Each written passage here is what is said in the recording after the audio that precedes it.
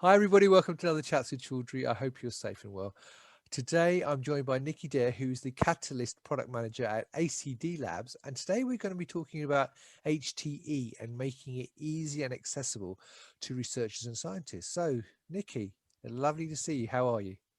I'm okay, and I hope you're doing well, and it's good to meet you. And thanks for allowing me to chat with you today. Yeah, well, it's lovely to see you. And you are calling in from Toronto, I understand. Yes, a very great day in Toronto here. Well, it's a very grey day in the UK, just in Surrey, so you're not missing anything. Um, Before we start talking about HTE, perhaps you can tell people not familiar with ACD Labs just a quick background of the company and also your background as well. Sure. So ACD Labs is a vendor-neutral scientific software company. We've been around for about 25 years now, and we've been helping scientists both process and manage their analytical data. Right. So, my background is in analytical chemistry. I have a PhD in it. And after a brief stint where I worked in an academic journal, I joined ACD Labs, and I've been with ACD Labs for a couple of years now. Fantastic. All right. So let's talk about HTE. So, first question, pretty obvious one. What does HTE stand for and why is it important? So, HTE stands for high throughput experimentation. Right. And simply put, HTE is just simply a well designed array of controlled experiments that is designed to test multiple hypotheses at the same time. So, very complicated way of saying running multiple experiments at once. Okay. And it's important because it allows for new discoveries to be made in parallel. And essentially, it reduces the time to market for a product because you're not having to run experiments in a serial fashion. Something interesting about HTE is it's not a new idea. It's been around actually since about the 80s, where there was a big surge in the field. But there's been a lot of interest in it lately because of increases in technology, robotics, software, etc. So it's really something that a lot of people are interested in right now. Sure. And also, I think obviously with the whole situation around the pandemic, people have had to try and find ways to make things happen a lot faster, haven't they, and quicker. So you have to think of how can you run things concurrently rather than just waiting for every process to take time. Yeah, definitely. I think the pandemic has definitely put HTE again into the forefront and how useful it can be for companies. All right. So what are the main issues and challenges around doing HTE, when you're trying to implement it? Yeah, so there are a couple of challenges. One fairly obvious one is the challenge of reviewing and processing multiple data sets. I mean, scientists know how long it can take to do one data set. Now you suddenly have 96 at once. Another issue is data silos. So data coming from this instrument, from that instrument, and where is it all being put? And then the other one, which is a more less technical one, more of a human one, is just resistance to change. It's a big change in workflows for scientists where they have to learn new technology, use different instruments, and it's a complete change in workflow as well. Right. Well, one other thing I was thinking of when you were saying that is that I mean, you just mentioned 96 sets of data. Theoretically, that could mean using 96 different instruments from different manufacturers. I mean, no, that's the extremes. You're not likely to have 96 different manufacturers, but theoretically, you could do. So then, surely the other challenge must be trying to interpret that data when you're getting it from 90 different pieces Yeah, of kit, which have all got their own software and are all, using the data in different ways. yeah, I mean, that's exactly it. One of the challenges you could have from this analytical instrument, that analytical instrument, this solid handling robot, that liquid handling robot, all of this comes together. And now, how do you make sense of all this information that's come from different instruments, different vendors? Like, what do you actually do there? All right. So then, my next question is, how do you overcome those issues then?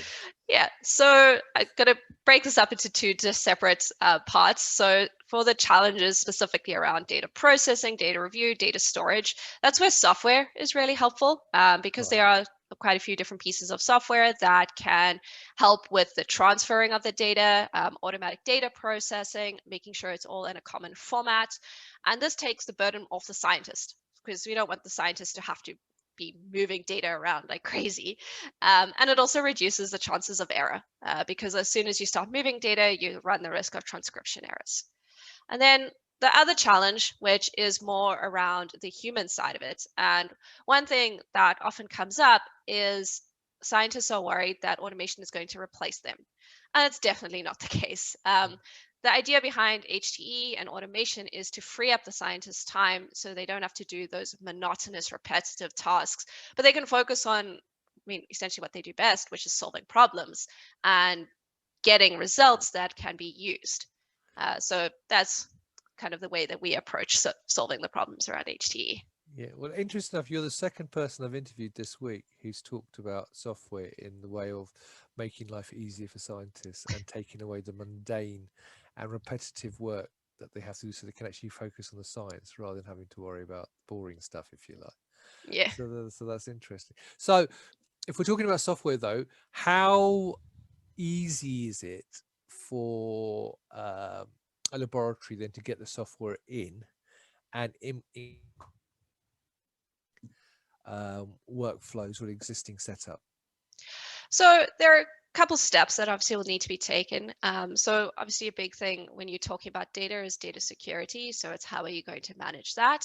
So it's usually a process that you would go through with an IT team and decide how you're going to implement software and what level of integration you're going to have between different software packages. Obviously, the more integration you have, the easier it is in the long run, but it takes slightly longer to set up. So there's usually a little bit of a lag just getting everything set up, but once it's all working, it's a lot easier and it makes everybody's life a lot easier if the data is all managed, everybody knows where it is, and you're not running from computer to computer with a USB stick because Sure. nobody wants to do that. Right. Okay. Excellent. So I know that you have a webinar coming up on this very topic, or you had a webinar, I should say, on this very topic recently. So how can people access that and where else can they get more information on HTE? Sure. So we did a webinar with John Conway and his company, HTE Visioneers. That webinar is up on our website, also on their website. It's available on demand. We also have a couple other webinars on our website where we talk about exactly how Katalyst helps to do this. And we also will be at ACS if you want to speak to us there, or obviously contacting us directly. We're always happy to help and talk about HTE, which is something I'm very passionate about. Well, I can tell, and actually, it's good that you're passionate about it, especially as you're working on it.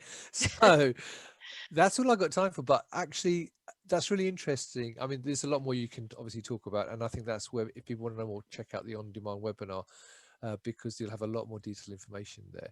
But yeah, thank you very much for your time. It's been really interesting talking to you today.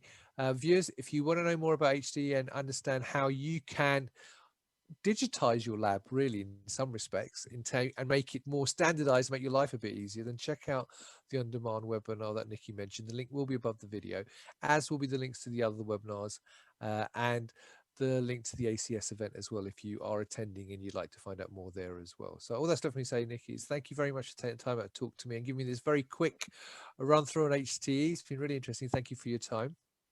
Thanks for having me here to talk to you today. And I wish you a fantastic 2021. I hope it's healthy and safe and successful. And I thank everybody else for watching as always. And until next time, stay well and stay safe. Bye bye.